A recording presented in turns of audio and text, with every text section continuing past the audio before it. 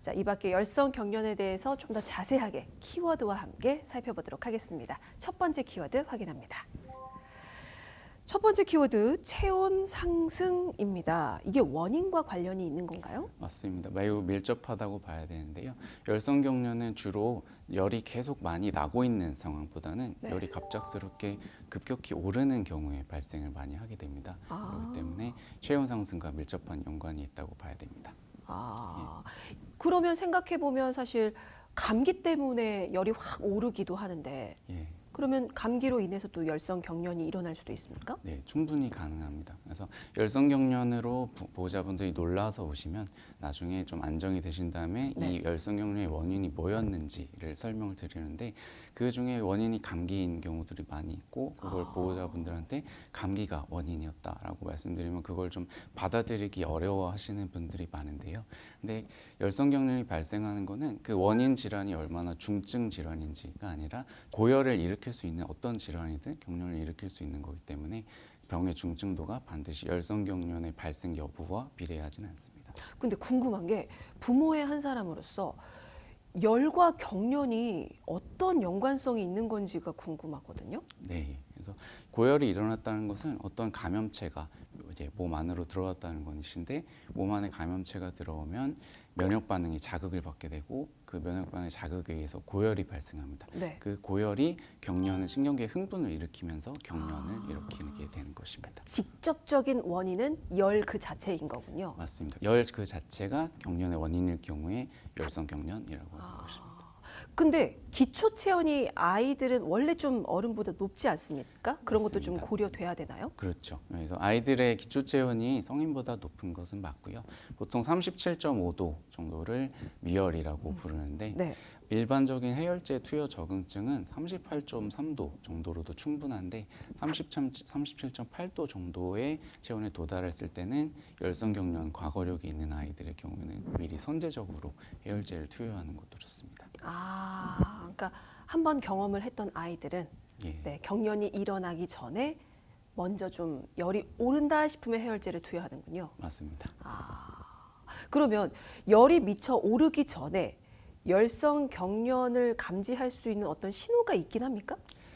완전히 예측하기는 힘든데요. 그래도 일부 예측할 수 있을 만한 신호들을 꼽자면 고열이 급격하게 오르면서 네. 아이가 심하게 보채거나 아니면 심하게 처진다든지 아니면은 조금 더 밀접하게 연관이 될 수 있는 거는 고열이 급격하게 오르는 추세를 보이면서 아이가 심하게 떨는 모습을 보이면서 오한을 보인다면 조금은 예측해 볼 수 있습니다. 하지만 완전하게 증상만으로 예측하는 건 어렵습니다. 부모의 그런 열성 경련 이력도 좀 영향을 줄까요? 네, 분명하게 연관이 있고요. 부모 중 한 분이 열성 경련 과거력이 있었던 경우에 열성 경련의 가능성이 높아지는 것으로 알려져 있습니다. 그럼 사실 이 경련 자체가 아이들 대상으로 일어나는 열성 경련이 오늘의 주제이기 때문에 네. 부모가 이거를 보는 경우가 많잖아요. 예. 그럼 사실 이게 열성 경련인지 모를 수도 있는데 예. 아이의 어떤 모습을 보고 이거 경련이다라고 인식을 하면 될까요? 부모 입장에서. 네, 한 가지 모습만으로 판단하기는 좀 어려운데요. 가장 전형적인 열성 경련의 양상은 근간대성 경련이라고 하는 경련 양상인데 전신이 뻣뻣해지거나 네. 아니면 전신을 까딱까딱 떨거나 하면서 눈이 위쪽으로 돌아가고 그리고 눈이 고정되어 있고 침을 흘리는 모습을 보이기도 하고요. 이런 모습이 가장 전형적인 열성 경련인데 이런 열성 경련의 양상도 대부분은 수초에서 수분 내에 끝나게 되긴 합니다. 발생했을 경우에 매우 당황하실 수 있지만 이런 양상을 알았다면은 119에 신고해 주시면서 응급 상황에 대비해서 행동하시는 것이 중요하겠습니다. 그렇군요. 예. 이게 발작하고는 다른 건가요? 경련과 발작은 보통 비슷한 개념으로 이해가 되는데 이제 경련은 이제 엄밀히는 말하면은 발작 중에서 운동 증상이 있는 발작을 경련이라고 하는 것입니다. 열성 경련도 이제 일종의 발작이라고 볼 수 있는데 발작의 큰 개념 중에 일부가 열성 경련이라고 보시면 될 것 같습니다. 그렇군요. 근데 이제 경련 자체가 지속 시간이 길지는 않다고 하셨잖아요. 예, 근데 덜어는 또 길게 지속되는 아이들도 있겠죠? 맞습니다. 그러면 더 위험해질 수 있는 거겠죠? 맞습니다. 그래서 열성 경련 때문에 뇌 손상을 입을까봐 그것을 걱정하시는 부모님들이 많은데요. 대부분의 열성 경련들 중에서 수초에서 수분 이내로 끝나고 아이가 의식이 잘 회복되는 그런 열성 경련은 뇌 손상을 일으키거나 향후에 발달에 영향을 주거나 이럴 가능성은 거의 없기 때문에 네. 너무 걱정하지 않으셔도 되는데요. 네. 근데 열성 경련이 30분 이상 지속되는 경우는 뇌전증 지속증 혹은 경련 지속증이라고 부르고요. 이럴 경우는 뇌 손상의 가능성이 있기 때문에 경련 지속 시간을 줄일수록 예후가 좋습니다. 시간 기준으로 봐서 위험한 경계 그 시간 기준도 좀 여쭤보고 싶었거든요. 아, 예.